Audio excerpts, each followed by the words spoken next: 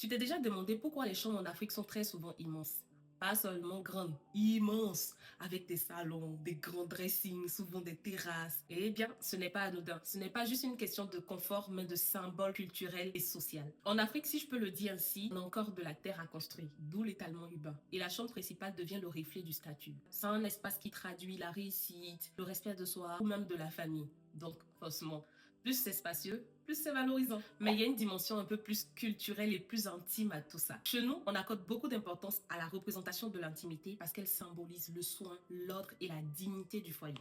Et puis, soyons honnêtes, beaucoup d'entre nous ont grandi dans des familles assez modestes avec plusieurs personnes dans une même pièce, des maisons où il y avait toujours du monde, de la vie. Alors forcément, quand on a enfin les moyens de pouvoir s'offrir notre propre maison, notre maison de rêve, on cherche à rattraper tout ce qu'on n'a pas eu, le calme, l'intimité, le confort. Et naturellement, la chambre principale devient le symbole de tout ça. Elle devient, au-delà d'être un espace de repos, un espace de fierté, souvent même de réparation personnelle. Alors la prochaine fois que tu vois une chambre en Afrique énorme, dis-toi que derrière tout ça, il y a un symbole de fierté, de dignité, de culture et aussi de confort. On n'oublie pas ça. Dis-moi en commentaire que représente une chambre principale pour toi. Like, partage et surtout abonne-toi. Bisous.